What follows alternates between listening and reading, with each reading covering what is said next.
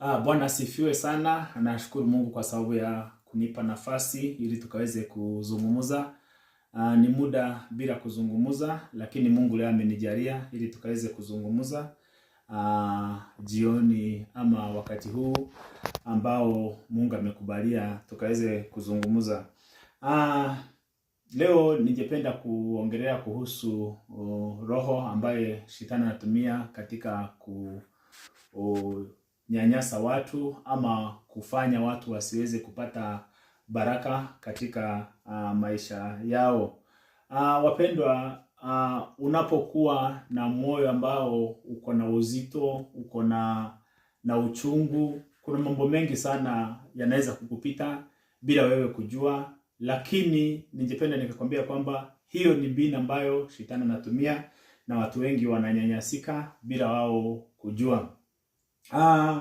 Roho wa chuki shetani anatumia kwa kuweza kuchukia watu, wawe ni watu wa familia, wawe ni watu ambao ni marafiki, majirani wako. Hiyo ukisikia kwamba moyo wako uko na chuki ama ukiwa na kwazo kidogo, unasikia ni kama huwezi shauriwa, yani kila siku moyo wako unakuwa ni moyo ambao ni mzito, ujue kwamba hiyo ni mbinu ambayo shetani ametumia kuweza kunasa baraka zako na ukae katika hali ambayo hauwezi kubarikiwa. Ningependa nikakupea neno tu la ufunuo kuhusu mbinu hiyo shetani anatumia ili usiweze kubarikiwa. Ningependa nikakwambia kwamba kitu ambacho unahitaji ili ukaweze kubarikiwa katika maisha yako, iwe ni fedha, ziko kwa mtu mwingine, iwe ni shamba ambayo unahitaji kununua, iko kwa mtu mwingine, iwe kama ni gari unataka kununua, inaendesha na mtu mwingine. Kwa hivyo unapokuwa na chuki katika moyo wako na shetani na kufanya usikuwe na communication na watu wengine, ujue hiyo ni mbinu ambayo shetani ametumia kuweza kuharibu baraka zako, kwa sababu wale watu ambao unachukia ndio wamebeba baraka zako, ndio wako na kile kitu ambacho wewe mwenyewe unahitaji. Kwa hivyo ukiona kwamba uko na chuki katika moyo, kwamba hauwezi kuwa na rafiki, hauwezi communicate na watu vizuri, hamwezi ongea na mtu msemezane, yaani kila wakati unasikia kwamba moyo wako uko na uzito, ujue ya kwamba hiyo ni mbinu ambayo shetani ametumia ndani ya maisha yako ili usiweze kubarikiwa. Kwa sababu mpendwa, unapojua ni kwamba hakuna kitu ambacho hapa ulimwengu ambacho hasijamilikiwa na mtu. Kila kitu ambacho unahitaji kimemilikiwa na mtu. Kwa hivyo ili uweze kubarikiwa, lazima kuna mtu mwingine atawaachilia kitu kile ambacho ako nacho chikuje kwa upande wako, ndiposa uwe umepata baraka.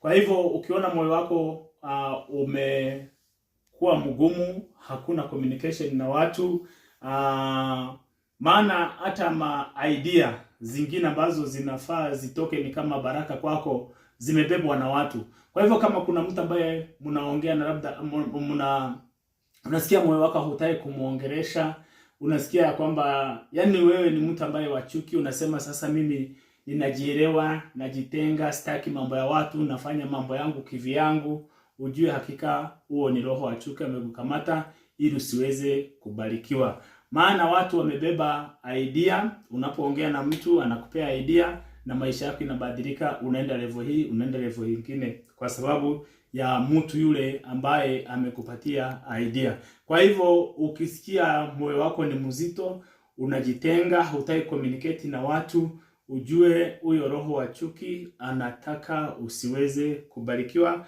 kutoka kiwango hiki na kwenda kiwango kingine. Watu wengi sana wanaishi na hiyo roho na hawajui. Unakuta ya kwamba mtu ako pale ofisini, hawezi ongelesha mtu mwingine, ama kuna mtu ambaye hata pale kanisani anaenda kanisa, anasoma, yeye tu hataki mambo ya watu, ni asikilize neno, atoke na aende zake, hata hana muda wa communicate na mtu, amsalimie, wajuliane hali. Kwa sababu gani?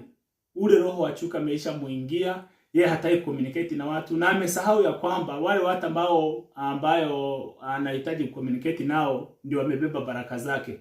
Kwa sababu labda unaweza kuwa